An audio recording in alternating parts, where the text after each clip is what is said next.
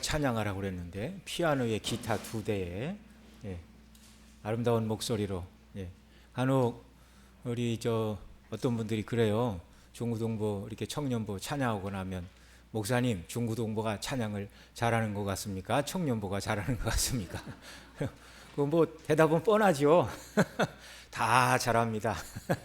근데 참 그 옛날에 상당히 많이 수줍어하던 수줍음이 좀 가시고 여기 뭐 하나님께 찬양하러 왔잖아요. 그러니까 어른들이 쳐다본다 해서 막 주눅 들고 위축될 필요 없고 구원의 하나님 아버지 하나님을 향하여 마음껏 찬미하는 귀한 역사가 우리 주일학교 또 우리 장년 성도님들 모두에게 넘쳐나기를 바랍니다.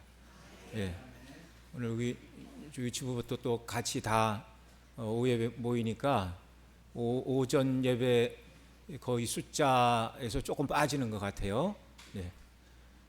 그래서 꼭 오후에 이렇게 2층까지 다 차서 앉으니까 꼭 잔치날 같습니다. 자, 우리 계속해서 요리문답 공부하겠습니다. 오늘은 성령께서 어떻게 구속을 적용하시는가 살펴보겠는데, 하나님께서 계획하셨고 성자께서 이루셨고 성령께서 그 구원을 우리에게 적용시켜 주신다는 것. 오늘 우리가 26절 보면 성령도 우리 연약함을 도우시나니 마땅히 기도할 바를 알지 못하나 오직 성령이 말할 수 없는 탄식으로 우리를 위하여 친히 간구하신다. 27절 마음을 살피는 이가 성령의 생각을 아시나니 하나님의 뜻대로 성도를 위하여 간구하시느니라. 그 26절도 우리를 위하여 친히 간구하신다. 27절도 성령께서 우리를 위하여 간구하신다라고 말씀하는데, 우리를 위하여 하나님 보좌 우편에서 우리를 위하여 중보기도 하시는 분은 명확히 우리의 대제사장 예수 그리스도이십니다. 근데 이 부분을 이제 칼빈은 그 주석에서 성령께서 우리를 위하여 친히 간구하신다라는 이 말씀을 성령께서 우리의 마음에 거룩한 소원과 갈망을 불러일으켜 기도하게 하신다. 연약한 인간의 기도를 도우사 하나님의 뜻에 합당한 기도를 드리도록 성령께서 우리를 도우신다라는 의미로 여기 26절, 27절을 해석했습니다. 우리가 이제 그렇게 이해하면 무난하겠고요. 그 다음 이제 30절에 보면 미리 정하신 그들, 그러니까 이건 창세전에 구원하기로 하나님이 작정하신 선택을 말합니다. 그러니까 창세전의 선택은 누가 하신 일이에요? 성부 하나님께서 하신 일입니다. 또한 그들을 부르신 일은 누가 하시는 일입니까? 삼위 하나님 중에 성령님의 사역입니다. 그 다음에 부르신 그들을 또한 의롭다 하시고 그 다음에 의롭다 하신 그들을 영화롭게 하셨느니라, 이렇게 말하는데, 이 의롭다 하심과 영화롭게 하심 사이에 칭의와 영화 사이에 이제 양자됨, 또 뭐 성화, 성도의 견인, 여러 가지 내용들이 거기에 이제 신학적으로는 이제 신학자들이 거기다 이제 더 살을 붙였죠. 자, 의롭게 하신다. 그러니까 예수 그리스도를 믿을 때 그리스도의 의를 보시고 우리에게 죄가 없는 것으로 의롭다고 선포해 주시는 분은 누굽니까? 누가 하시는 일이에요? 성부 하나님의 법정적인 선포예요. 그런데 성부 하나님께서 믿는 자들을 의롭다고 선언해 주셨다는 사실을 우리로 하여금 깨달아 알게 하시고, 예수님 믿음으로 하나님 나를 의롭다 하셨구나라는 것을 깨닫게 하시는 이 역사는 누가 하시는 거예요? 성령께서 하시는 거예요. 그래서 여기 부르신 이들을 의롭다 하시고, 그러니까 의롭다 하신 것은 성부 하나님께서 행하시는 일인데 이걸 왜 성령의 역사라고 말을 하는가? 그렇게 이제 하나의 단편적인 이해에서만 머물러서는 안 되고, 대부분의 우리를 구원하시는 일은 성삼위 하나님이 함께 하시는 일이라는 걸 우리가 기억을 해야 합니다. 자, 우리가 지난 시간에는 소유리 29문을 통하여 우리가 어떻게 그리스도께서 이루신 구속에 참여할 수 있는지를 살펴보았어요. 첫째는 그리스도께서 구속을 이루셨기 때문이고, 이루신 그 구속의 사건을 성령님께서 적용하여 주심으로 말미암아 우리가 구속의 사건에 참여하는 자들이 되었다는 것을 살펴보았습니다. 그러니까 예수 그리스도의 십자가에서 죽으시는 대속의 사건이 없었다면 성령께서 우리에게 적용하실 구원이 있는 겁니까? 없는 겁니까? 없는 거예요. 없어요.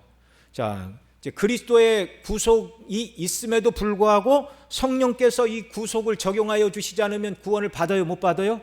못 받아요. 그런데 우리에게는 이 구속을 적용해 주십니까? 안 적용해 주십니까? 적용해 주시죠. 이유는 뭐예요? 창세전에 하나님께서 그리스도 안에서 저와 여러분을 택하셨기 때문에.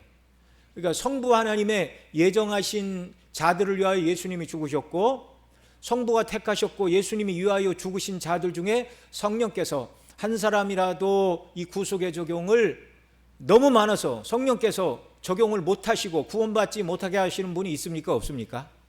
그런 경우는 없어요. 그건 만약에 하나님이 몰라서 택한 백성을 성령께서 구속 적용을 못하셨다 이렇게 얘기하면 하나님을 하나님 대우 안 하는 것입니다. 네. 무슨 말인지 이해가 되시죠? 자, 그래서 누구든지 성령의 역사로만 예수를 주라 시인하는 이런 은혜를 덧입게 되는 거예요. 그래서 여러분 간혹 우리 학생들이나 청년들 중에 나는 하나님이 살아계신 줄 모르겠다, 예수님이 나를 위해 죽으시고 부활하신지 모르겠다. 여러분, 만일 예수 그리스도의 죽으시고 부활하신 사건이 거짓말이라면 이 성경은 지금까지 남아나지를 않아요. 예. 그래서 제가 언젠가도 말씀을 드렸습니다. 우리 학생들이 있으니까 한번 내 얘기를 드리는데, 우리나라 말로는 이제 영화 제목이 예수는 역사다라는 영화가 있어요. 그 시카고 트리뷴지 기자가 예수님이 부활했다라는 말, 이렇게 자기 부인이 교회를 나가서 예수님을 믿고 당신도 교회 나오고 그러니까 어떻게 그렇게 지성인이 말도 안 되는 소리를 하는가, 감정적으로 대화할 일이 아니라 기자는 팩트로 말한다. 그래서 이 사람이 여러 전문가들을 찾아갔어요. 예수님이 정말 죽지 않았는데 죽었다고 한 것은 아닌가? 부활하지 않았는데 부활했다고 말하는 것은 아닌가? 그러면서 실제 예수님이 죽으셨는가? 실제 부활하셨는가? 이런 것들을 이제 고대의 문서들을 연구하는 사본학에 권위 있는 사람들, 그 다음에 이제 현대 의학 하는 의사들을 다 만나서 이렇게 인터뷰를 쭉 합니다. 근데 그들이 한결같이 하는 말이, 예수님이 죽지 않았는데 죽었다고 말하고 부활하지 않았는데 부활했다고 말하면 기독교인들은 씨도 남아나지 않았을 것이다. 그리고 그런 성경책은 존재할 수가 없다. 그들이 목숨을 걸고 죽은 예수님이 부활하셨고 다시 살아셨다는 걸, 부활하시고 승천하셨다는 것을 목숨을 내걸고 증거하는데 정신병자라도 그런 짓은 안 한다는 거예요. 예. 그런데 정신이 멀쩡한 사람들이 예수님은 부활하셨고 승천하셨고 다시 오실 산 소망을 가지고 증거를 합니다. 그런 사람으로 만든 하나님의 역사가 뭐예요? 성령 하나님의 역사예요. 성령 하나님의 역사. 여러분, 세상에 믿지 않는 사람들도 예수님을 4대 성인이다 그렇게 말합니다. 그리스도인은 거기서 머물러서는 안 돼요. 예수님은 단순한 성인에 불과하시는 분이 아니고 나머지 성인은 어차피 죄인이에요. 죄인 중에 조금 깨달음이 더 있다 그럴 뿐이죠. 그러나 예수님은 정말 죄가 없는 참 사람이시고 동시에 하나님이시며 우리를 위한 유일한 구주이십니다. 예. 그래서 정말 어떤 사람들은 하나님이 살아계시는가, 내 예수님 안 믿어진다 뭐 이런 소리를 하는데, 여러분, 그렇다면 예수님이 살아계시고 목숨 걸고 예수님을 증거했던 사람들이 그 사람만큼 똑똑하지 못하고 바보고 어리석어서 그런 말을 하는 게 아니잖아요. 그러니까 이 구원의 사건을 성령께서 적용하여 주시니 적어도 두 가지는 하고 나는 예수님이 안 계신 것 같다, 난 예수님 안 믿을 거야, 이렇게 말해야 돼요. 첫째는 성경을 면밀히 읽고, 그 다음에 또 정말 그리스도의 십자가의 복음을 증거하는 좋은 설교를 듣고 설교집도 있고 신앙서적을 읽어야 돼요. 이게 영원히 살고 영원히 죽는 문제를 결정하는 거 아닙니까? 그래요, 안 그래요? 이 땅에서 뭐 좋은 학교를 가겠다고 밤새워 공부도 하는데 그 좋은 학교 정도가 아니라 영원한 천국이냐 영원한 지옥이냐를 결정하는 문제인데 진리에 대해서 탐구를 해야 되겠어요? 안 해야 되겠어요? 해야지요. 영원히 살고 죽는 문제가 결정이 된다는데 이 문제에 대해서 시간을 들이지 않고 책을 읽지 않고 성경을 읽지 않고 또 먼저 믿고 은혜 받았다는 사람들의 말을 귀 기울이지 않고 그저 내가 믿어지지 않는다는 이유로 나는 안 믿어져. 뭐 예수님이 죽었다 어떻게 살아나, 다 거짓말 같아. 그렇게 말해서는 안 된다는 거예요. 그 다음에 열심히 면밀하게 읽어도 이해가 안 되면 엎드려 기도해야 됩니다. 이 구원을 적용시켜 주시는 아버지 하나님, 성령님을 통하여 이 구원을 택한 백성에게 깨닫게 하신다고 그러시는데, 정말 제가 택한 백성이라면 이 그리스도의 십자가의 복음의 은혜와 영광을 온전히 깨달아는 은혜를 주세요라고 기도해야 돼요. 정직하게. 동훈이 알겠어요? 네. 목사님 2가지 얘기했는데 네가 여기서 2가지 대답하면 참 천재다. 첫째는 그리스도의 복음이 진리인지 탐구해야 된다. 그냥 우리 청년들한테도 늘 그런 얘기를 했습니다.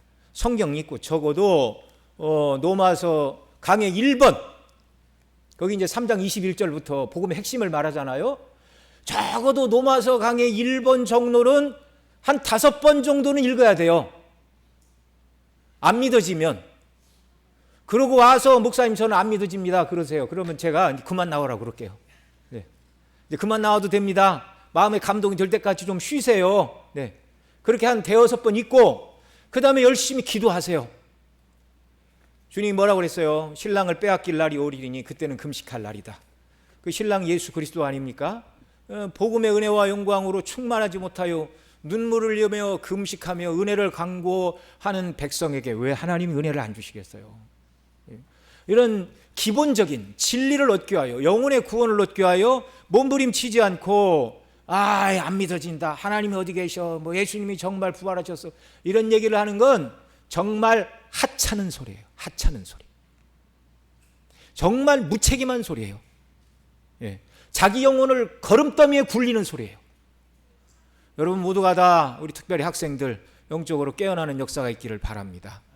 적어도 예수님의 안 믿어지는데 어떻게 해요? 그런 얘기를 함부로 하지 말고 책을 읽으세요. 기도하세요. 성경을 읽으세요. 하나님의 은혜를 간구하시기 바랍니다. 네. 자, 오늘 소요리 30문을 통해서 성령님께서 이 구속을 우리에게 어떻게 적용시켜 주시는지를 가르쳐 주시고 있습니다. 웨스트민스터 소요리 문답 제30문 문체가 있습니다. 여러분 답을 읽어주세요. 성령께서는 어떻게 그리스도의 값주고 하신 구속을 우리에게 적용하십니까?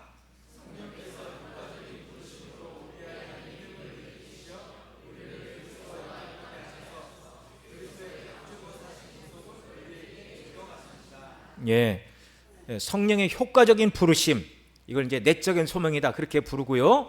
그 다음에 믿음을 일으키시고 그리스도와 연합하게 하심으로 우리에게 구속을 적용하여 주신다. 그러니까 부르심, 믿음, 그리스도와 연합, 이 3개만 말하고 있어요. 그러나 성령의 구속을 적용하시는 역사는 이 3개만 있는 것이 아닙니다. 그래서 그 밑에 조금 보면 밑에서 3번째 줄부터 볼게요.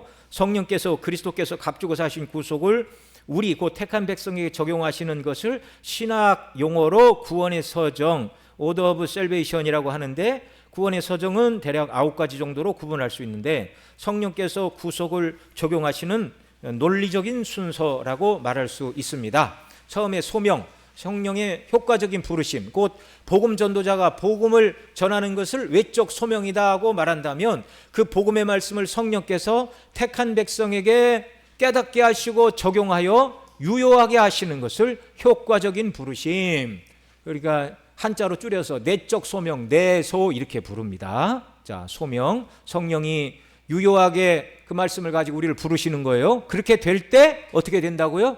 거듭나게 되는 것입니다. 거듭나게 하심은 성령의 역사요. 성령이 바람이 불매 어디로 와서 어디로 가는지 알지 못하거니와 성령으로 난 자는 다 이와 같으니라. 그래서 바람이 부는가 안 부는가는 나뭇잎이 흔들리는 걸 통해 알 수 있어요.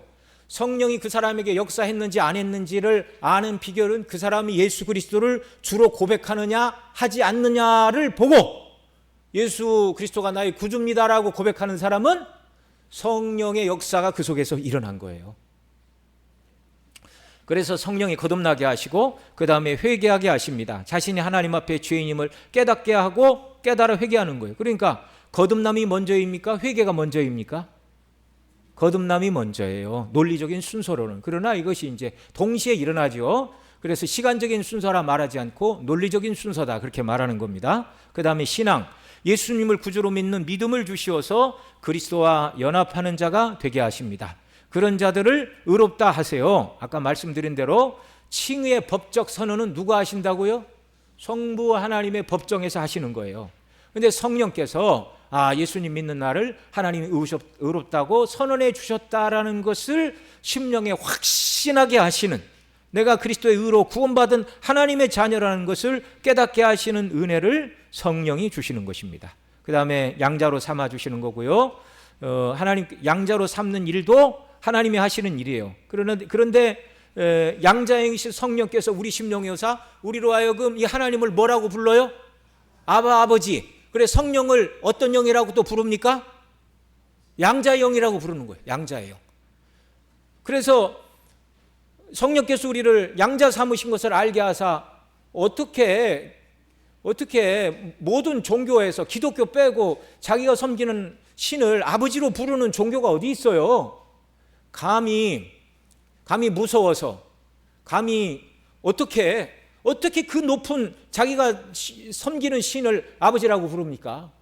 그런데 하나님께서는 정말 법정적으로 우리를 자녀로 삼아 주셨고, 하나님의 성령께서 두려움이 없이 담대하게 하나님을 향하여 아바 아버지, 개역 개정에서는 아빠 아버지로 부르게 하셨다 이렇게 말씀하고 있습니다. 그래서 여러분, 우리가 항상 기도할 때 어떻게 하나님을 불러야 돼요?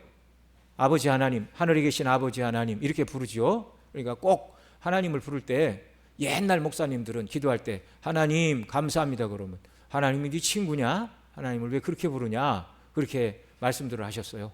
하나님께 기도할 때는 항상 어떻게 부르고 기도해야 된다고요? 하나님 아버지로 부르고 기도해야 됩니다. 자녀가 아버지께 드리는 기도예요. 예. 아버지께 이야기하듯이 하늘 아버지께 마음을 다 토해놓고 감사도 돌리고 허물에 대하여 죄사함의 은혜도 간구하고 성령을 부어주셔서 하나님의 영광을 위하여 살아가는 은혜를 달라고 우리가 기도해야 하는 것입니다. 또 이 성령께서 우리로 하여금 그리스도를 닮아 거룩한 삶을 살아가도록 은혜를 주시고, 우리의 믿음이 떨어지지 않도록 성령께서 우리를 붙들어 주십니다. 그 다음에 완전한 성화를 이루도록, 영화의 구원을 이루도록 성령이 우리를 이끌어 가시는 것이죠. 이 모든 과정은 하나님의 은혜로 강권적으로 이루시는 일입니다. 하나님께서 계획하셨고 하나님께서 완성해 나가시는 구원의 서정인 것입니다. 소율이 30문에서는 이 과정 중에 부르심과 믿음과 그리스도의 연합을 간추려 말하고 있지만 다 말하면 9가지다. 그걸 지금 살펴본 거예요. 데우리 59문에서도 누가 그리스도로 말미암아 구속에 참여하는 자가 되는지를 가르치고 있습니다. 자, 59문 제가 읽습니다. 답을 읽어주세요. 누가 그리스도로 말미암은 구속에 참여하는 자가 됩니까?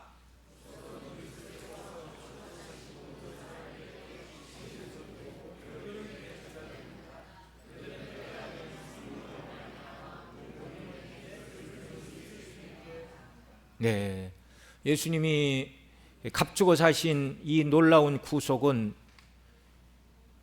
정확하게 택한 백성들 모두에게 적용되고 효력 있게 전달이 되는데, 성령이 적용하여 주시는 그때에 이런 역사가 있어서 그리스도를 믿고 구주께서 이루신 구속의 은혜로 구원에 이르게 된다라는 말이죠.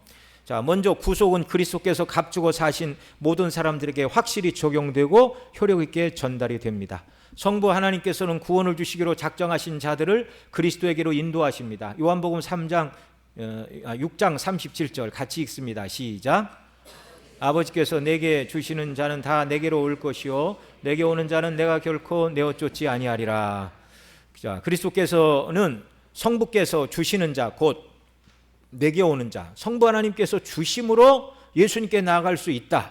그런 자를 한 사람도 내어 쫓지 않으시고 다 구원하실 것이라고. 그 다음 요한복음 6장 39절에서 이렇게 말씀하십니다. 같이 읽죠.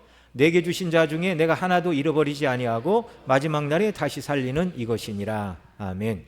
간혹 만인 구원론을 주장하는 사람들은 그리스도께서 모든 사람을 위하여 죽으셨기에 모든 사람이 구원 얻을 가능성이 있다고 주장을 하나, 예수님께서는 오직 아버지께서 내게 주신 자만 내게 올 것이다, 그리고 내게 오는 자는 내가 결코 내어 쫓지 않는다라고 분명히 말씀해 주셨어요. 그리고 내게 주신 자 중에서는 한 사람도 잃어버리지 아니한다. 그러니까 아버지께서 예수님에게 주시지 않은 자는 예수님이 구원하시지 않는다, 그런 말이죠.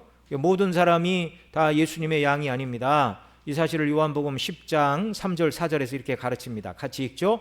문지기는 그를 위하여 문을 열고 양은 그의 음성을 듣나니 그가 자기 양의 이름을 각각 불러 인도하여 내느니라.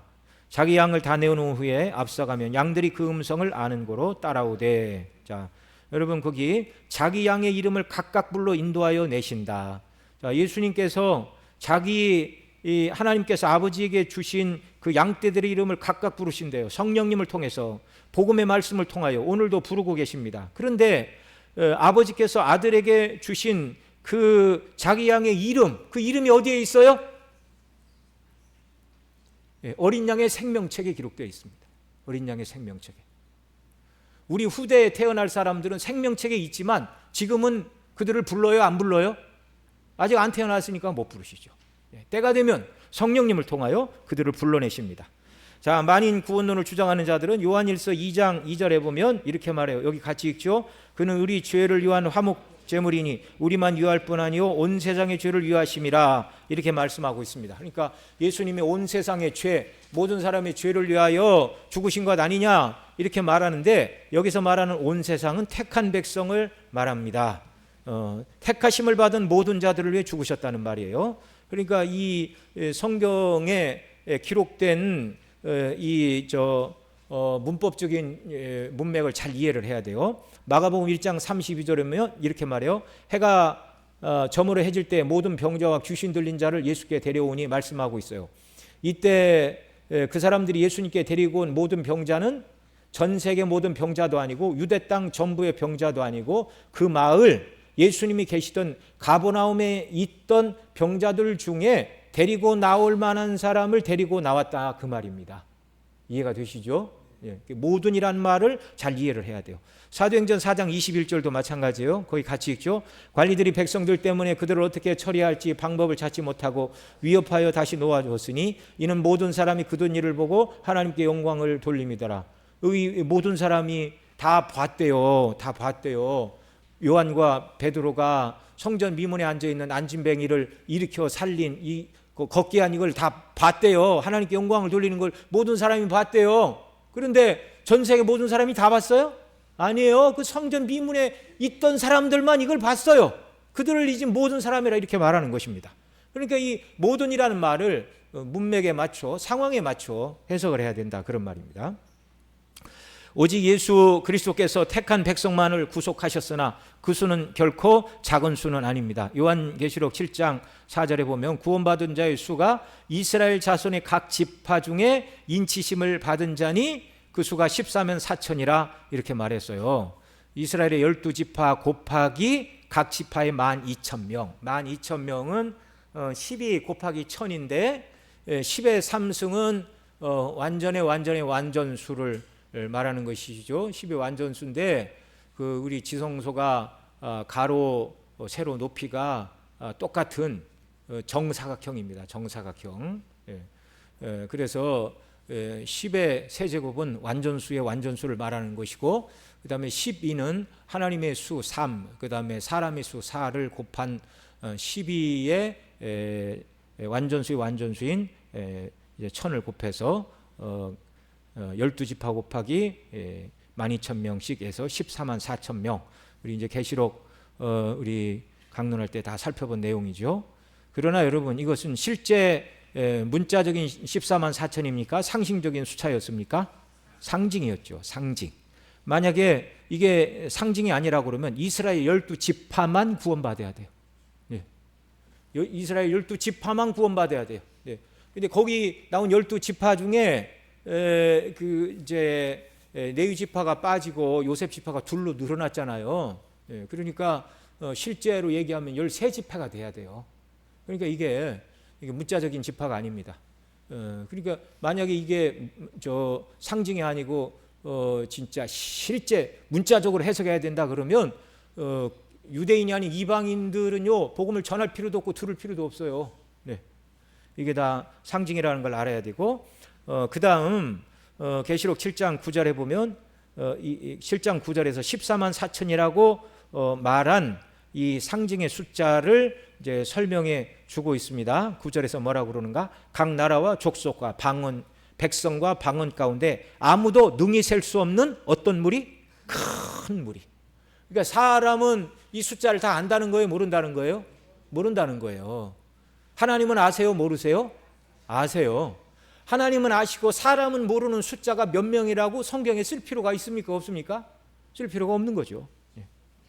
그러나 아무도 능히 셀 수 없는 큰 무리입니다. 영광스럽게도 저와 여러분이 예수님 믿음으로 이 무리에 포함되었다는 것, 이 무리에 저와 여러분을 하나의 구성원으로 하나님께서 삼아주셨다는 것, 이게 너무나 영광스럽고 복된 일인 줄을 믿으시기 바랍니다. 예. 자, 그 다음에 또한 그때가 되면 성령으로 말미암아 때가 되면 그들은 때가 되면 성령으로 구원에 이르게 됩니다. 자, 성도의 구원이 확고한 이유는 약속의 성령으로 인치심을 받았고 또한 성령께서 그 기업의 보증이 되시기 때문이다. 에베소서 1장 13절 14절 같이 읽습니다. 시작.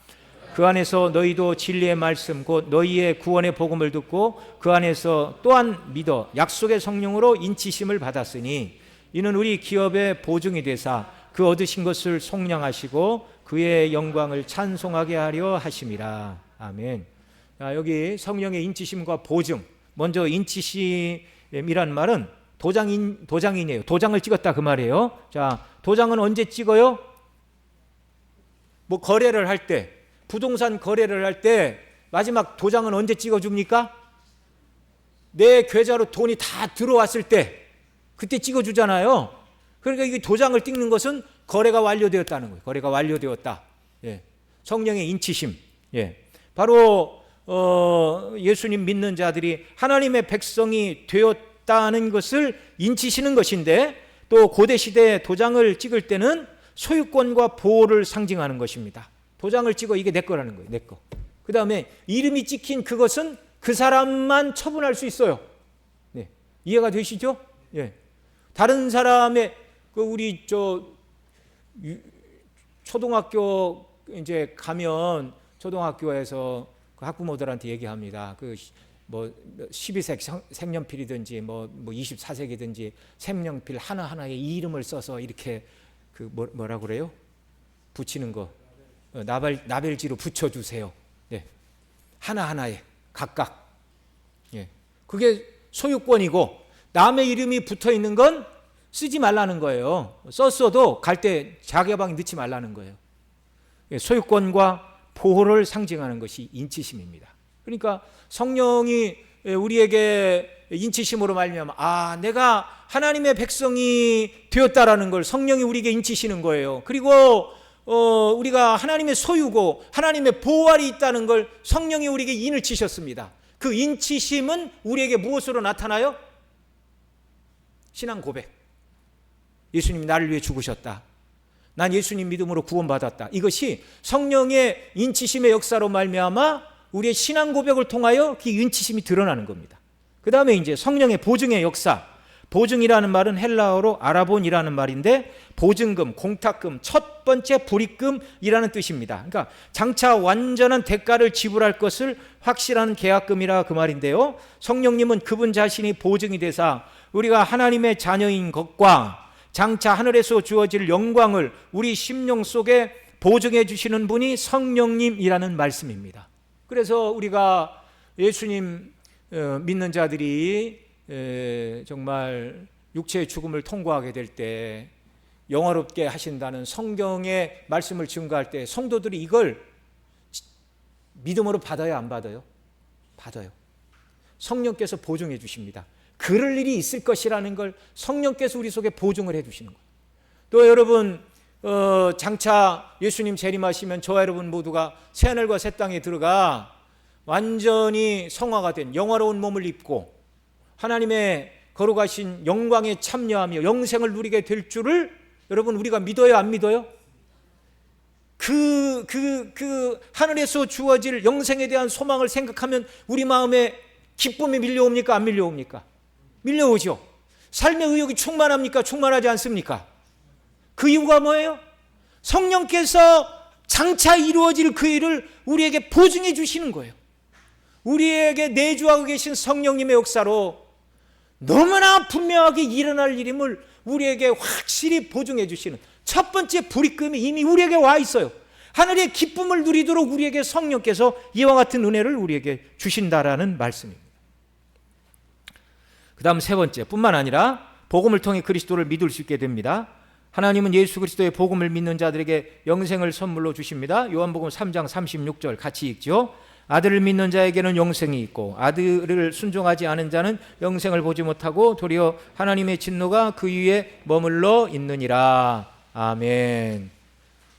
자, 그렇다면 어떤 자들이 복음을 믿는 것인가? 성령께서 거룩하게 하신 자들입니다. 데살로니가 후서 2장 13절 같이 읽죠. 시작. 주께서 사랑하는 형제들아, 우리가 항상 너희에 관하여 마땅히 하나님께 감사할 것은 하나님이 처음부터 너희를 택하사 성령의 거룩하게 하심과 진리를 믿음으로 구원을 얻게 하심이니. 하나님께서 성령을 보내사 우리를 거룩하게 하셨어요. 우리가 죄인임을 깨닫게 하셨고 내 죄를 위해 예수님이 죽으신 것을 깨달아 알게 하셨고 그 예수님을 믿고 죄를 회개하게 하셨고 그래서 거듭나게 하셨고 새로운 본성을 가진 피조물로 창조해 주셨고 결정적 성화가 우리 심령에 일어났고 그래서 거룩한 성향을 성령께서 우리 마음에 불러일으키신 것입니다. 그래서 예수님 믿고 거듭난 사람들은요, 이 생내적으로 믿지 않는 사람들과는 본질이 달라진 사람들이 되었어요.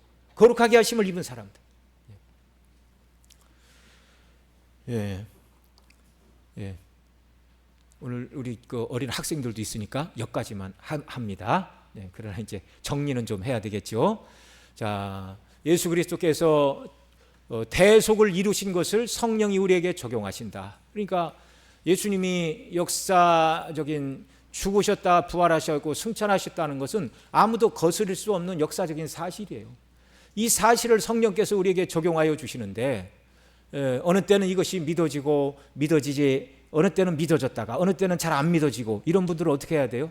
기도해야 돼요. 그래서 열심히 성경 읽고 하나님의 말씀을 사모하고 시간을 내서 적어도 아까 말씀드린 대로 루인 존즈 로마서 강론 1번 우리 원로 목사님 번역하신 책, 그 책을 집중해서 읽어야 돼요. 기도하면서 읽어야 돼요. 나 예수님 정말 안 믿어줘요. 그 얘기를 하려면 적어도 10번, 5번 읽고 와서 그 다음 얘기를 해야 돼요. 아시겠죠? 물론 그 전에 반드시 하나님께서 은혜 주십니다. 그런 얘기 안 하고 안 믿어진다 이런 소리를 하는 건 정말 그 성령을 모독하는 일이에요. 하나님을 모독하는 일이에요. 우리가 오전에 배웠죠? 하나님은 사랑의 하나님이시지만 동시에 어떤 분이라고요? 거룩하신 하나님이라고. 거룩하신 하나님. 정말 사랑의 하나님을 가까이 하되 그 하나님의 거룩을 침범해서는 안 된다는 이런 두려운 마음을 가지고 사랑과 경외함을 가지고 하나님 앞에 나아가 도우심과 은혜를 간구해야 됩니다. 그리고 이미 예수님을 믿어 구원받은 우리 모든 성도님들도 이 놀라운 구원의 은혜와 영광으로 날마다 충만한 사람이 되게 해주시기를 하나님 앞에 기도해야 돼요. 성령의 충만과 권능을 구해야 돼요. 성령의 감동하심과 은혜를 구해야 돼요. 그래서 성령이 우리에게 강력하게 역사하실 때 우리 심령에 나타나는 게 뭐예요? 참된 기쁨, 삶의 의미가 충만하고 형편과 상황이 어떠함에도 불구하고 하나님이 주시는 평강이 우리의 마음을 주장하고 능력으로 복음을 증거하기 위하여 수고하며 애쓰는 삶으로 나타나는 거예요. 이런 삶이 되기를 갈망하고 기도하시며 주의 은혜를 간구하는 귀한 역사가 우리 귀한 성도님들 모두에게, 저와 여러분 모두에게 정말 넘쳐나기를 바라고 성령께서 이런 은혜를 한량없이 부어주시기를 간절히 소원합니다. 우리 이런 기도 제목을 가지고 우리 함께 기도드리겠습니다.